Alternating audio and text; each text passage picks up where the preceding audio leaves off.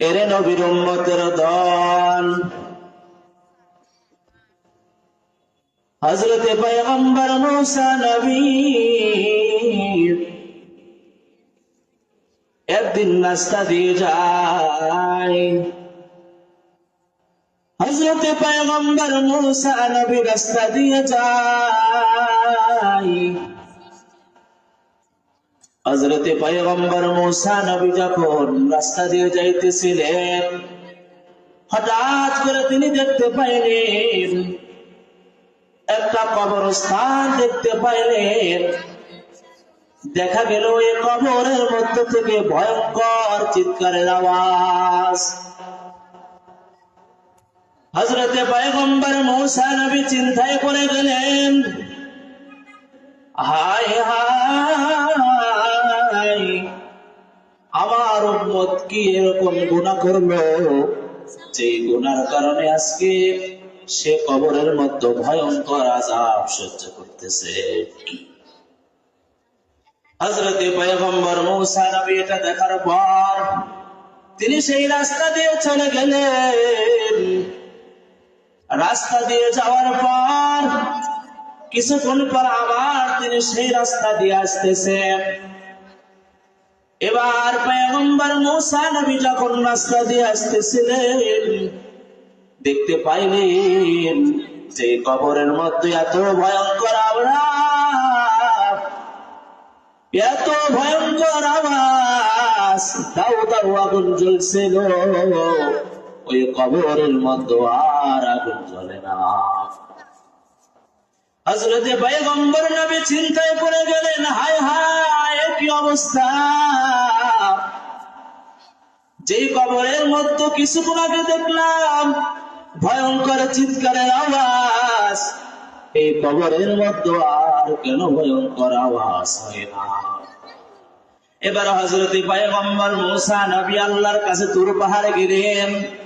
আল্লাহকে বললেন, ওগো আমার মালিক, ও আমার রব, আমি বুঝলাম না যে কবরের মধ্যে কিছুক্ষণ আগে দেখলাম ভয়ঙ্কর চিৎকারের আওয়াজ, সেই কবরের মধ্যে আবার কেন শান্তির মিষ্ক আম্বরের সুঘ্রাণ পাওয়া যায়? হযরতে পয়গম্বর মূসা নবী যখন আল্লাহর কাছে কথাটা বললেন, আবার মালিক মূসা পয়গম্বরকে জানায়া দেয়, ও মূসা পয়গম্বর, তুমি যাও যাও যাও, ওই কবরবাসীকে জিজ্ঞাসা করো তোমার কবরের হালত কেন এরকম। এবার হযরতে পয়গম্বর মূসা নবী ওই কবরের নিকটে চলে গেলেন।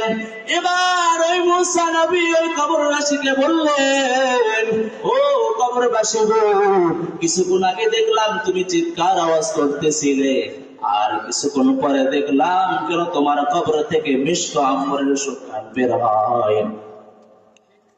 ওই সময় আল্লাহর গোলাম কবর থেকে আওয়াজ দেয়, ও পয়গম্বর মূসা নবী শোনো, আমি যেদিন দুনিয়ার থেকে চলে আসি, আমার স্ত্রীটা ছিল গর্ভবতী, গর্ভ অবস্থায় ছিল। আমি আমার স্ত্রীকে বললাম, ও আমার স্ত্রী গো, আমি যখন দুনিয়ার থেকে চলে যাব, আমার যে সন্তানটা তোমার গর্ভে রয়েছে যখন দুনিয়ার জমিনে আসবে, কোন স্কুল কলেজে ভর্তি করে দেবেন না, কোন প্রতিষ্ঠানে ভর্তি করে দেবেন না, আমাদের গ্রামে মাদ্রাসা লাইনে মক্তবে আপনি ভর্তি করে দেবেন। ও পয়গম্বর মূসা নবী শোনো, আমি যখন ইন্তেকাল করলাম, সারাটা জিন্দেগির মধ্যে আমি অনেক পাপাচার করেছিলাম, অনেক গুনাহ করেছিলাম। এই গুনাহের কারণে আল্লাহ পাক আমাকে এত শাস্তি দান করতেছিলেন। হঠাৎ করে যখন আমার সন্তানটা 5-6 বছরের হয়ে গেল, তখন আমার সন্তানকে নিয়ে যেল আমার স্ত্রীটা ওই মক্তবে নিয়ে যাওয়ার পর, মক্তবের বড় হুজুর যখন বলতেছিল, আলিফ লাম মিম যালিকাল কিতাবু লা রাইবা ফীহি হুদাল লিল মুত্তাকিন,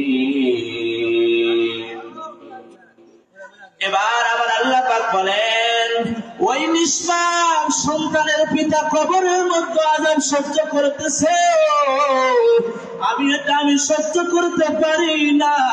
আমার কালামুল্লাহ শরীফ যখন তিনি পড়লেন বক্তব্যে যাওয়ার পর, সে কিন্তু কিছু বোঝে না। আমি আল্লাহ রাব্বুল আলামিন ওই সন্তানের পিতার কবরের আযাবটা মাফ করে দিয়ে মিষ্কম্বরের শুকর বের করে দিলেন। সুবহানাল্লাহ।